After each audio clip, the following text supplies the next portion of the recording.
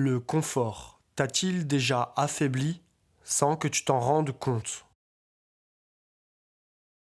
Certains hommes et femmes ont accompli des efforts titanesques pour donner naissance aux plus grandes œuvres de l'humanité.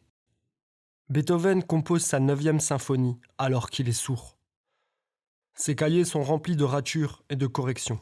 Il écrit au souvenir du son. Ses efforts sont considérables.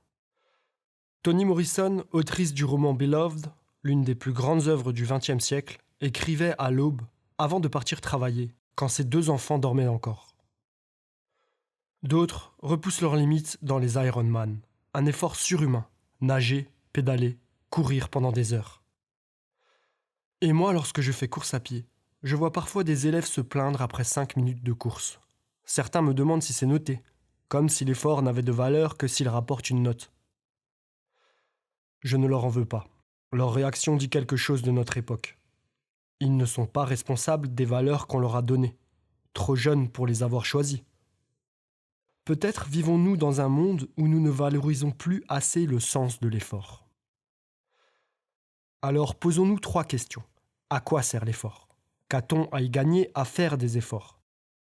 Et quelles sont les conséquences pour celui qui n'en fait pas? Je suis professeur d'éducation physique. Je vous propose ici une réflexion sur l'effort.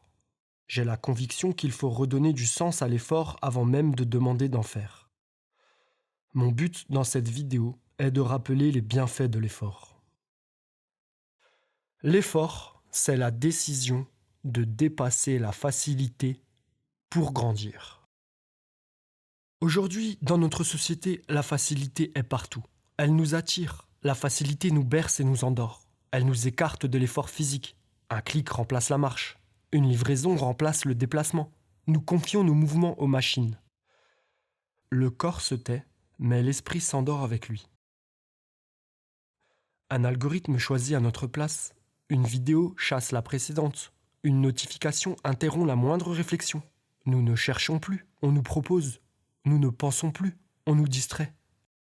Petit à petit, l'humain s'endort, le corps immobile, l'esprit en veille.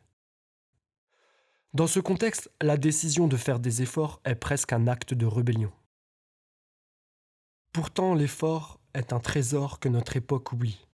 Il est à la fois un miroir et une forge. L'effort est un miroir parce qu'il nous révèle. Il nous montre où nous en sommes vraiment à un instant T. Le moment où tu peines à finir ton footing, où tes bras tremblent sur la dernière répétition à la salle, où tu n'arrives plus à assimiler une leçon, où un cuisinier cherche désespérément la recette qui ne vient pas. Ces instants où tout en toi crie « arrête », ce sont des moments de vérité. Ce sont des moments où tu ne peux plus tricher. Ils te révèlent tes limites et tes failles. Et comme avec un vrai miroir, il n'est pas toujours facile de se regarder. Ce n'est pas toujours facile de se voir tel que nous sommes. C'est peut-être une raison qui pousse à ne pas faire d'efforts. Ne pas faire d'efforts pour ne pas se retrouver face à l'inconfort de la vérité. Mais si l'effort est un miroir parce qu'il permet de se découvrir, il est aussi une forge.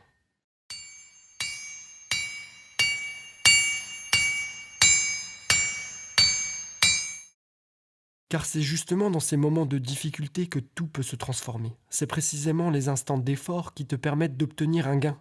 Lorsque tu persévères dans l'inconfort de l'effort, tu peux gagner. Quand tu cours proche d'une grande difficulté, tu gagnes de l'endurance. Quand tu pousses proche de ton max, tu gagnes en force. Quand tu affrontes un livre qui te résiste, ton esprit lutte. Tu peux découvrir de nouvelles idées, augmenter ta capacité à t'exprimer. L'effort est une forge, poussons la métaphore.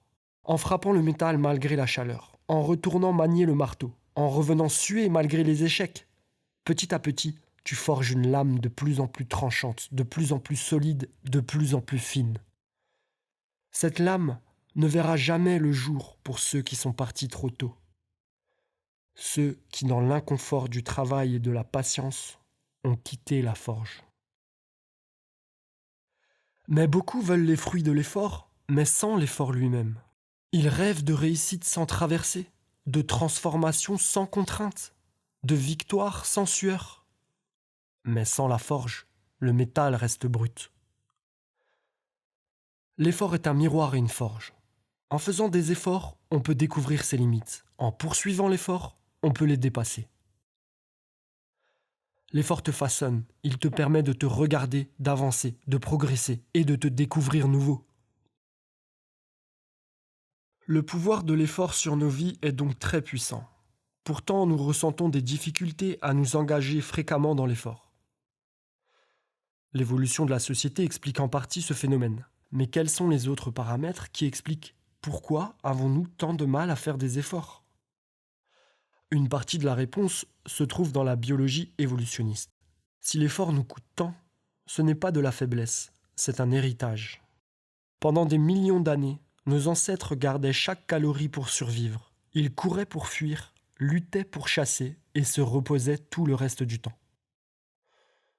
Leur corps avait appris à économiser l'énergie. C'était vital. Ce réflexe est resté en nous. Il nous murmure encore aujourd'hui. Reste tranquille, reporte cette tâche à demain. Même nos hormones s'en souviennent. La dopamine nous récompense quand on choisit la facilité. Une force ancienne, gravée dans le corps, qui nous pousse à chercher le plaisir et à fuir la tension. Autrefois, ces réflexes sauvaient la vie. Aujourd'hui, dans un monde sans danger, ils nous endorment. Le confort, hier condition de survie, est peut-être devenu notre piège. Jamais nous n'avons vécu dans autant de facilité, et pourtant jamais nous n'avons eu autant de mal à nous sentir vivants. Maintenant, écoute, je voudrais t'avertir. Voici ce qui t'attend peut-être si tu ne fais pas d'efforts. Voici ce à quoi tu t'exposes. Si tu ne fais pas d'efforts physiques, tu peux devenir esclave de ton corps. Si tu ne fais pas d'efforts intellectuels, tu peux devenir manipulable. Si tu cesses d'agir, ton corps peut te dominer. Si tu cesses de penser, ton esprit se soumet. Le confort n'est pas la liberté. Le confort est une lente captivité. Chaque mouvement, chaque sueur, chaque doute, chaque pensée arrachée à la facilité, c'est un acte de résistance contre l'endormissement du monde. Bouge pour rester vivant, réfléchis pour rester libre, car celui qui renonce à l'effort livre son corps aux habitudes et son âme aux mensonges. Je vais terminer en vous parlant de mon rapport à l'effort, parce que je vous parle de forge, mais moi je m'y suis brûlé. Jusqu'à mes 22 ans, je n'ai presque pas fait d'effort. Je me suis laissé porter et j'ai chuté. L'effort m'a relevé. L'effort physique et intellectuel m'ont reconstruit. Ils m'ont sauvé. Un peu plus tard, j'ai recommencé à m'engager avec intensité dans l'effort. J'ai cru qu'il suffisait de s'engager totalement pour que tout finisse par payer. J'ai surtout payé l'addition. Et cette fois, je n'ai pas atteint mon but. Trop d'efforts, trop de perfection, trop peu d'écoute. Je me suis perdu. J'ai chuté à nouveau. L'effort excessif m'a aveuglé. Il a abîmé mon corps et éteint un temps mon esprit. Aujourd'hui, j'ai compris qu'il y a un équilibre à trouver. L'effort n'a de sens que s'il construit, pas s'il détruit.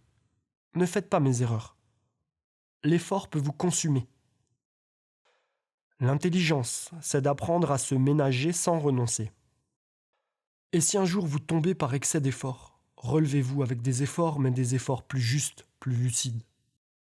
Et l'effort, ce n'est pas seulement la force de continuer, c'est la sagesse de ne plus se perdre. L'effort nous révèle. L'effort nous construit.